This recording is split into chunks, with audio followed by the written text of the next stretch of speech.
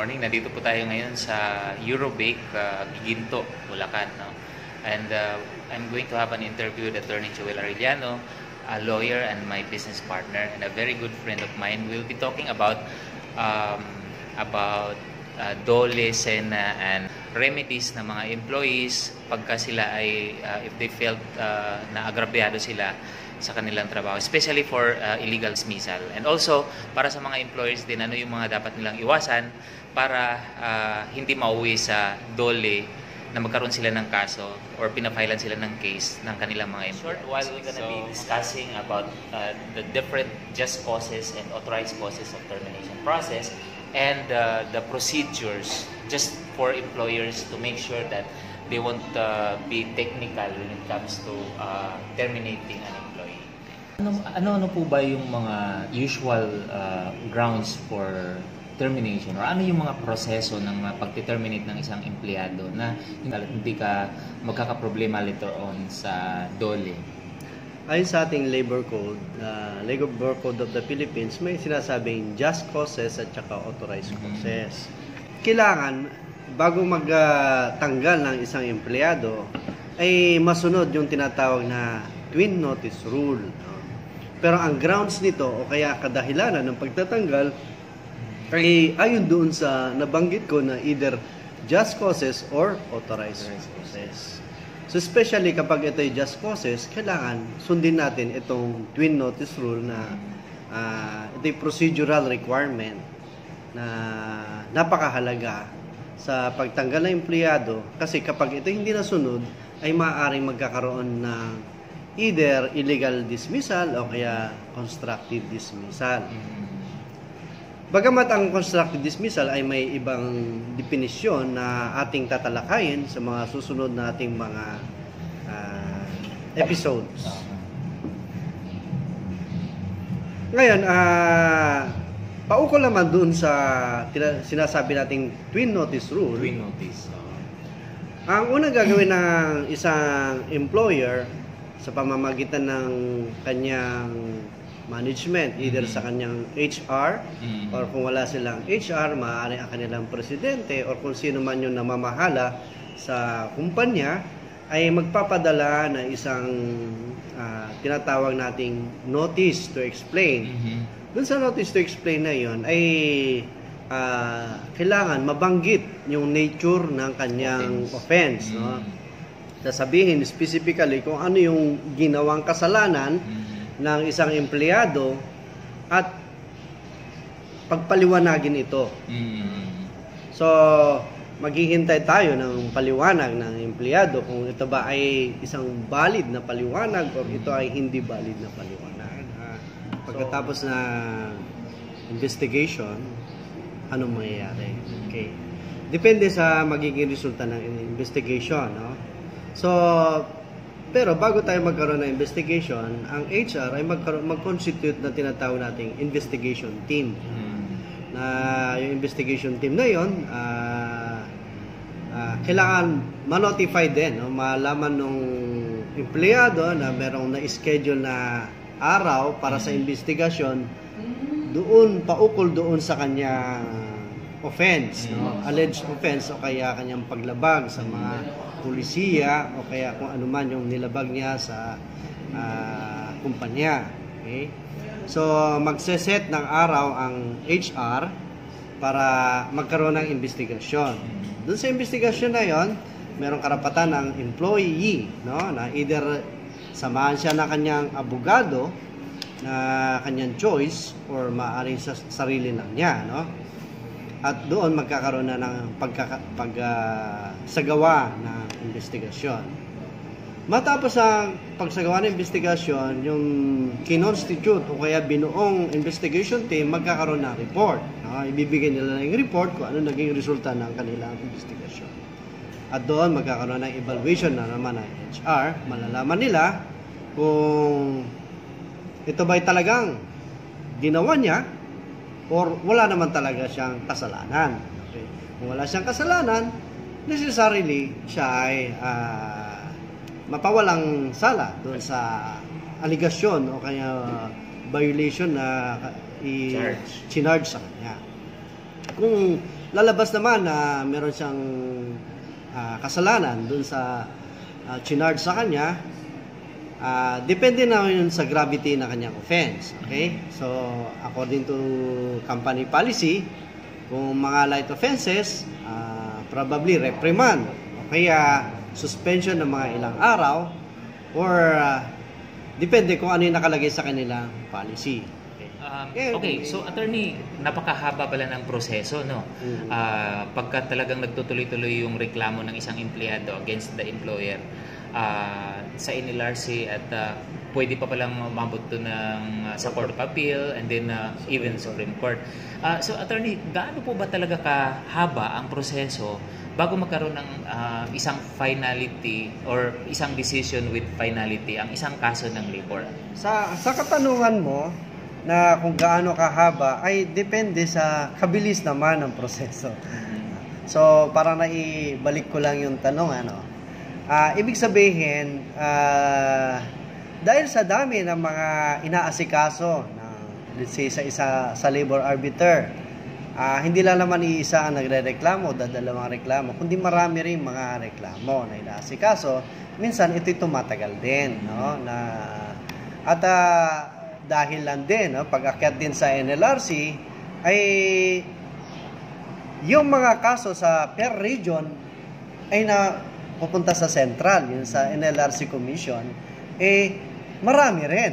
No? So dahil sa mga dami nito mga kaso, ay tiyak na medyo matagal-tagal din ang bago ma-resolve ang isang Pero hindi man natin dinidiscount ang bilis ng ating mga at galing ng ating mga commissioners at ang ating mga labor arbiter. Marami rin sa kanila ang talaga namang very efficient at saka magagaling talaga magdesisyon at maaksyonan ang kanilang mga magampanan ang kanilang mga trabaho. Okay. Subalit, kung ito naman ay umakyat din sa Court of Appeals, hindi lang naman labor ang hinahawakan ng Court of Appeals, kundi marami pang mga iba pang kaso sa buong Pilipinas. No? At lalo-lalo na kung ito ay umakyat pa sa Supreme Court. No? So, mas marami pa. So, just imagine na buong Pilipinas ang hinahawakan ng Supreme Court at Court of Appeals. So, just imagine na lang, no? Kayo na po ang magtansya kung gaano tatagal ang isang kaso. No? Bagamat may mga pamamaraan naman ang ating Supreme Court at ang ating Court of Appeals na para mapabilis lahat ang mga kaso. At bagamat alam naman natin na marami rin na talaga namang ginagawampanan nila ang kanilang mga trabaho para mapabilis. Subalit dahil sa number nga ng mga kaso ni kanilang hinahawakan ay maaring ito tatagal din ng mga ilang taon bago magkakaroon doon at tinatawag nating finality at sa execution na kung ano man yung award o kung ano man yung naging desisyon sa pinakahuling hukuman. So, attorney, interested ako doon sa sinasabi mo na yung sa habangan ng proseso. Based on your own personal experience, can you share your experience, personal experience, kung gaano katagal inabot yung mga kasong hinahawakan mo, whether you are for the complainant or you're for the employer? Well, as per experience, no, magsasite na lang ako pero hindi ko babanggitin ko ano yung mga specific na kaso. No? So siguro in average, no, yung mga umakyat sa Supreme Court, siguro may umaabot ng 6 years, no, from stage 1 to matapos. No? Mga ganun siguro in average. No? 5 years, 6 years, mga ganun. No? Hindi ko na babanggitin din naman yun yung mga mas matagal doon at mas maiksi naman doon. Ano? So, mas siguro ganun na yung safe na natin. No? Estimate. Bagamat sabi ko nga kanina na meron din mga pamamaraan ng Supreme Court at saka Court of Appeals na mapabilis ang kanilang mga proseso at lalo-lalo na rin dun sa mga ibang So, gaya ng sabi ko kanina, ang kadahilanan nito ay hindi yung dahil sa inefficiency, kundi dahil sa sobrang dami ng kaso. Yan lang naman. Okay, so attorney, karamihan sa nagiging problem kasi ng both employees at saka employers at saka yung apprehensions nila na pumunta sa DOLE dahil nga dun sa expenses na kakailanganin nila kapag ka nag-file sila ng complaint the part of the employees, and on the part of the employer naman, yung pagsasagot dun maliban dun sa hassle sa business nila, yung pagsagot nila, feeling nila kailangan nila kaagad ng lawyers para sagutin yung reklamo na inihain ng employees. Pwede mo bang, base doon sa sagot mo kanina, hindi naman necessarily na kailangan meron kagad silang lawyer. Although choice nila yon na pwede silang mag-hire kagad ng lawyer, tama po ba? Saang part po ba talaga doon na talagang hindi na pwedeng wala silang abogado? Gaya na nasabi ko kanina, no, na sa stage ng filing ng position paper, doon nangangailangan na sila ng abogado. Pero ngayon, gusto ko lang iliwanagin na merong isa pang paraan ng pagrereklamo, no, yung tinatawag nila single entry approach, no, yun yung SENA na tinatawag nila, na kadalasan may mga empleyado nagrereklamo sa single entry approach, no, doon sa DOLE, no, bago ito iaangat or i-elevate sa NLRC, sa labor arbiter, no. Dito sa single approach, dito hindi naman required na pareho ay magkaroon ng lawyer o abogado, sapagkat dito ay sinisikap ng SENA, single entry approach, kung sino man yung magiging mediator doon ay sinisikap nila magkaayos. So dito sa stage na ito ay hindi naman required. Bagamat hindi naman silang karapatan kung gusto nila na magdala ng abogado. Pagdating naman nito, pag hindi nagkaayos dito sa SENA, ay iaakyat ngayon to, no? Dadalhin ito ngayon sa labor arbiter sa NLRC. No? Ang labor arbiter, yun yung unang stage kung saan yung reklamo na empleyado ay doon didinggin. Okay. So, matapos sa labor arbiter, ito'y iaakyat sa NLRC, ito yung sa commission naman, no? So matapos naman sa commission ay iaakyat to sa Court of Appeals, and then matapos sa Court of Appeals iaakyat ito sa Supreme Court. Okay? At kung nagkaroon na ng, let's say, decision sa Supreme Court, depende kung ano yung kinalabasan ng decision at kung kailangan merong i-implement, ay ito'y ire-remand. Pag sinabing ire-remand, ito'y ibabalik doon sa origin. Ano yung origin niya? Ay doon sa labor arbiter. So, para sa implementation. Okay. So from Supreme Court, ibababa ngayon. Ibabalik yung records ngayon dito sa NLRC labor arbiter para ito ay implement kung ano man yung decision. Okay.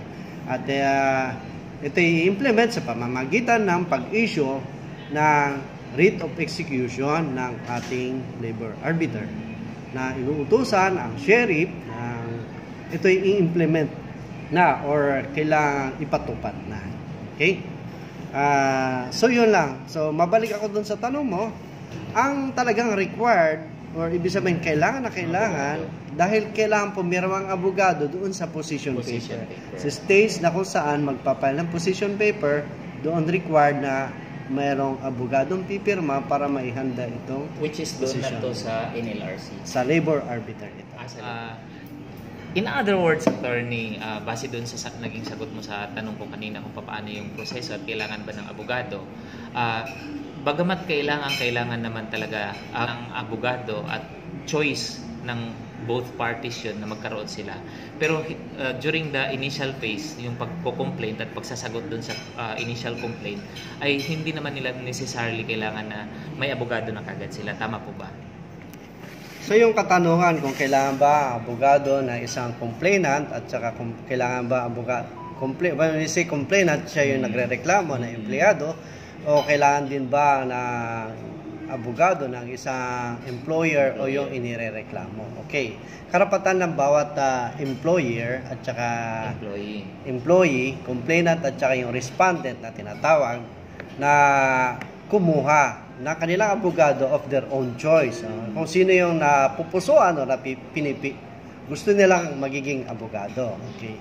Ngayon sa pag-file ng reklamo ng complainant sa simula ay hindi pa kailangan ng isang abogado. Ito ay kinakailangan naman kung sa tinatawag na stage o kaya yung kung ito ay nire-require na sila o kaya hinihingan na ng pagsumite o pag-submit ng position paper. Dito sa position paper, dito nangangailangan na both parties, yung employee ng isang abogado para maisaayos na mabuti yung kanyang position paper. At saka yung position. Yun yung dokumento na sinusumite. No? So kung matapos doon sa yung nabanggit ko kanina, yung mandatory conference, no? Ito yung ang tinutukoy ko yung dating proseso, no? At malamang ito may pagbabago ngayong itong nagkaroon ng pandemic, no? So, nung una, kailangan magkaroon ng mandatory conference na kadalasan 2 beses yun, no? Na tinitinan baka merong oportunidad na ang employee at saka employer ay magkaroon ng amicable settlement, no? Kapag nagkaroon ng amicable settlement o kaya compromise agreement, dito na yung mapuputol na ang proseso, no? Para hindi na tumagal ang kaso. Minsan yung nagrereklamo at saka inireklamo ay binibigyan ng oportunidad na magkaayos, no? Magkaayos. So, ang pag-aayos ay usually ito tinatawag na win-win procedure, no? So, magiging panalo ang complainant both at saka yung respondent at panalo na rin ang gobyerno dahil ang resources ng gobyerno ay hindi na rin masasayang para lang sa paglitis ng mga ganyang reklamo, no? So kung nagkaayos sila, ito ay tinatawag na win-win solution, no? At maganda itong at hinihikayat din natin lahat na sanay magkaroon din ng ganong proseso para at least lahat ay magiging advantageous sa lahat, no? Okay. So, if kahit nagkaroon man ng mandatory conference or effort o kaya attempt na magkaroon ng pag-aareglo or pagkakaayos, subalit hindi pa rin talaga magkaayos ang employee at saka employer, i-require na sila ngayon na mag-submit na tinatawag nating position paper, no? Doon sa position paper, isasadla nila lang kanilang kung ano ba yung naging basihan ng kanyang reklamo, kung ilang taon na siya, kung ano yung mga naging sitwasyon doon sa kanyang reklamo.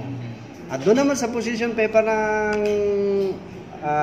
nirereklamo, sasabihin din niya na kung may basihan ba yung nireklamo laban sa kanya at ano na yung kanyang mga depensa na hindi totoo or pabulaanan niya yung mga reklamo laban sa kanya.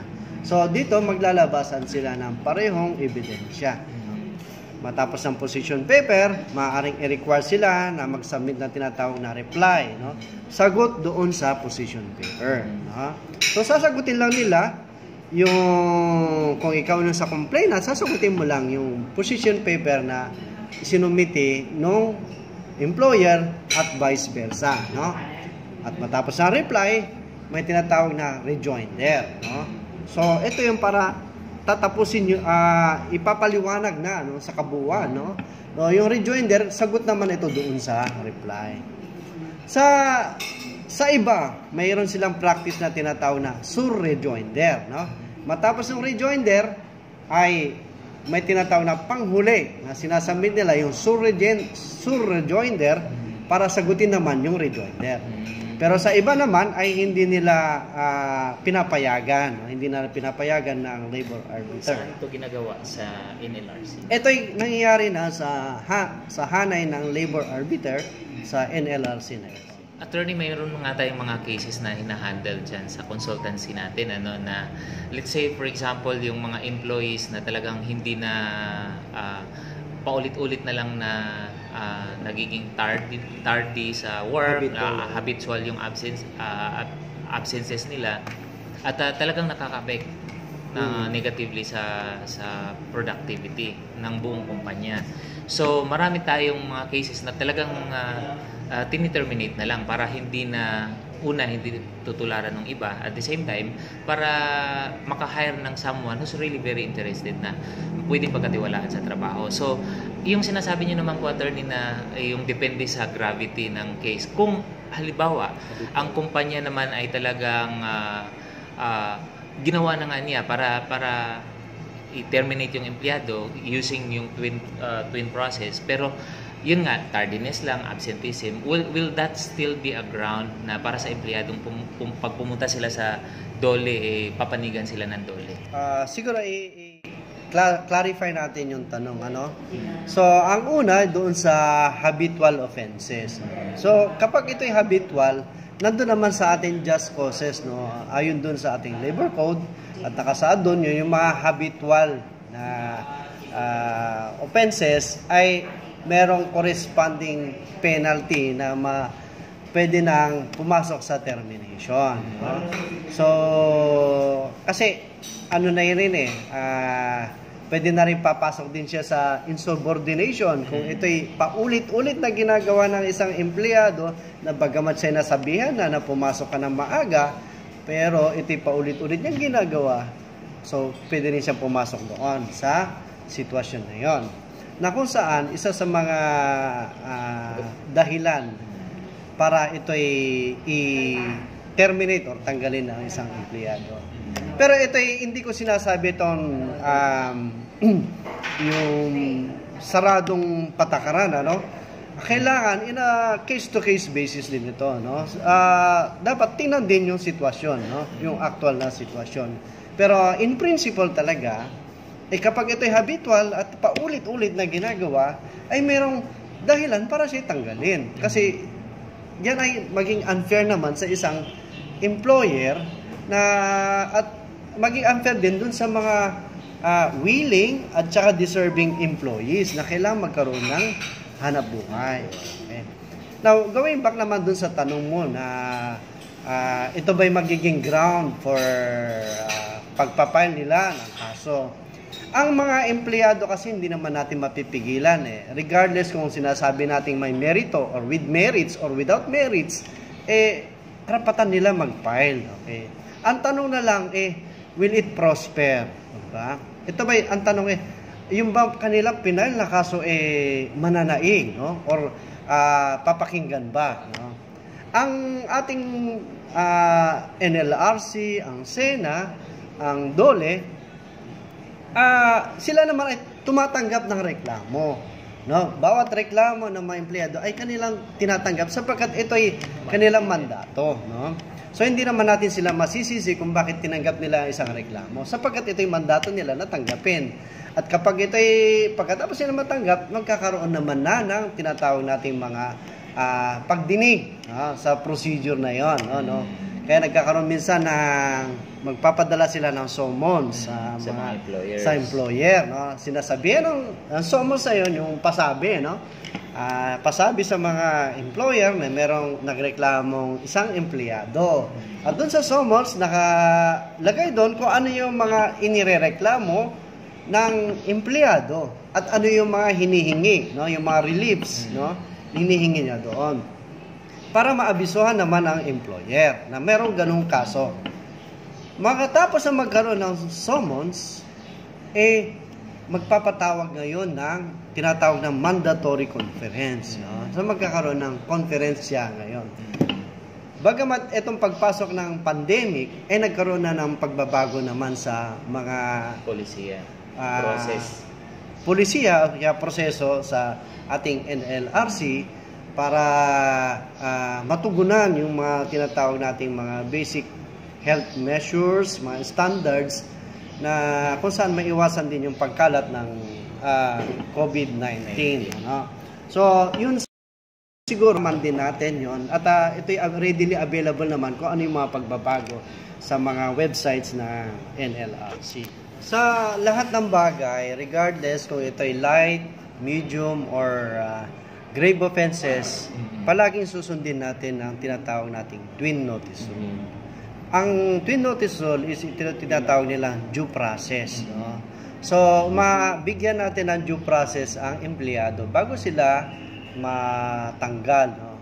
Pero babalik tayo doon sa sinabi nyo kanina na regarding doon sa simple offenses na sa tingin ko naman ang pag-create ng mga company policies ay dapat maging just siya. No? Ibig sabihin, patas, na hindi naman yung harsh na tinatawag na sobrang matindi yung penalty na kung ang offense light lang. No? So, kailangan magkaroon din ng tamang pagtutugma ng offense at saka sa penalty. No? Hindi naman makatarungan na nagka-absent ka ng 3 araw lang, tatanggalin na. No? Depende siguro sa sitwasyon kung ano yung naging dahilan ng kung ano yung damage nung pagka-absent siya or deliberate. Gano'n. So, yung mga bagay na yun, i-consider din dapat ng HR ng ating para at least maging fair dealing sa mga tao, fair dealing din sa mga empleyado. So, ayan naririnig natin kay attorney yung mga dahilan ng mga employers and employees dun sa sa termination process, no? And nakita natin kung gaano to kahaba. Para lang sa mga empleyado, kung gusto ninyong magreklamo, katulad ng sinabi ni attorney kanina, pwede naman kayong dumulog diretso sa SENA. Tama ba, attorney? SENA at saka sa DOLE. Ngayon, wala namang bayad yun. Yun nga, sabi nga, itong organization ng government na to, they're mandated to help employees talaga. Ngayon, para naman po dun sa mga employers, syempre, as much as possible, iwasan natin na malagay tayo sa compromising situation, katulad ng employees na magpupunta or magsusumbong sa DOLE or sa SENA. So, as much as possible, bigay natin kung ano yung karampatang or nararapat talaga na para sa mga empleyado natin at ano yung mandated naman ng batas natin na para sa mga empleyado para maiwasan nating magkakaproblema later on. At kung nasa ganung sitwasyon na naman tayo, halimbawa katulad ng sinasabi na wala naman kasing lahat ng empleyado na pupunta doon sa DOLE at sa SENA ay talagang ini-entertain yun because this organization is really mandated by law to protect the interest of the employee. So, pag pumunta sila doon at nagrereklamo, wala ho tayong magagawa. Talagang makakatanggap tayo ng summon from DOLE or from SENA. So, ang gagawin lang natin, lahat ng documentations natin, lahat ng informations na meron tayo tungkol doon sa pagpapasweldo, lahat ng benefits na binibigay natin sa empleyado, talagang maayos yung documentation natin para pag may reklamo, mayroon din tayong maipapakita or may babalik doon sa SENA or sa DOLE na evidence. Kasi ang burden of proof nasa mga employer kung paanong sagutin yung reklamo ng empleyado. Bilang panghuli, Attorney Joel, ano po ang maipapayo natin sa mga employers at saka mga employees na sa ganun ay parehong sides ay makakaiwas sa gusot. Kaya nasabi ko kanina, kailangan may fair dealing, no? Fair dealing and good faith, no? Ibig sabihin, maging tapat. No? Tapat dun sa screening stage pa lang, sa hiring stage, kailangan tapat yung aplikante at tapat din yung employer. Okay? At habang sila engaged na, sundin ng employer kung ano yung dapat ibigay sa mga empleyado, gaya ng mga benefits, mga sweldo. Yan. At kung ano-ano pa yung mga naisasaad sa batas, 13-month pay, mga gano'n. Minimum. Yun ang mga sundin nila. At ito namang employee, ang aking maipapayo sa inyo, maging tapat din kayo sa inyong mga employer, no? Gaya ng aking naalala nung sabi ng isang pastor na ito'y biblical din no? Na yung sabi, yung mga masters ay mahalin nyo ang yung mga worker, no? At yung mga worker naman ay maging tapat kayo sa inyong mga masters, no? So, tayong mga empleyado, ibigay din natin lahat kung ano yung hinihingi ng ating trabaho, no? Naging tapat tayo sa oras, maging tapat din tayo sa mga pinansyal na bagay. At iwasan natin yung mga bagay na lalo yung dishonesty, no? Maging honest tayo. At as much as possible, yung katapatan na isipin natin na ito'y nagbibigay ng pagkain sa ating hapag, no? Para sa pagkain, para sa ating pamilya, no? So, kailangan alagaan din natin itong trabaho natin, no? Pakita natin yung katapatan natin sa mga employer. At tayo naman mga employer, pakita rin natin yung pagmamahal natin sa mga empleyado sapagkat sila yung nagpapatakbo ng ating negosyo, no? Kailangan natin ang mga empleyado upang tayo'y lumago ang ating mga negosyo. So, yun lamang para maiwasan natin. At ang batas naman ay nandyan para maging guide sa atin na ito yung susundin natin para maiwasan yung mga hindi pagkakaintindihan. No? At meron din tayong mga abogado kung kinakailangan na pwedeng makonsulta rin. No? Kung tayo medyo kailangan natin ang pagpapayo, marami tayong mga experts dyan na pwedeng mapagtanungan. Mas maganda yung nagtatanong kaysa yung sa huli humihingi ng tulong. No? Sabi nga nila, prevention is better than cure. No? So hindi lang to applicable sa kalusugan, kundi applicable din ito sa ating pang-araw-araw na pamumuhay. No? Kung kaya nating iwasan ang mga problema, iwasan natin. No? So yun lang po ang aking maipapayo sa lahat at magandang araw po sa ating. Very well said yung sinasabi nyo kanina, attorney, no, na prevention is better than cure.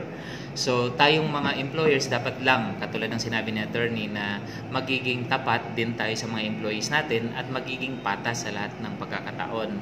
At isipin din natin talaga na kung wala naman ang employees ay hindi rin magpo-prosper yung business. Sa part din naman po ng employees natin, syempre i-consider din natin na yung kabuhayan natin ay nandun sa business na yon. So dapat alagaan natin, magiging tapat tayo, magtrabaho tayo ng maayos para sa ganun ay lumago yung negosyo at kasama din kayo sa paglago nito. So, kung meron po kayong katanungan, whether you're an employee or you are an employer, at kung mayroon kayong mga topics regarding sa batas, no? Mag-comment lang kayo sa baba at itanong nyo kung ano yung gusto nyo itatanong, and we will answer all your questions as much as we can. At kung mayroon kayong gustong topic na gawa namin ng vlog later, i-comment nyo lang sa baba. Okay? So, maraming salamat sa inyo.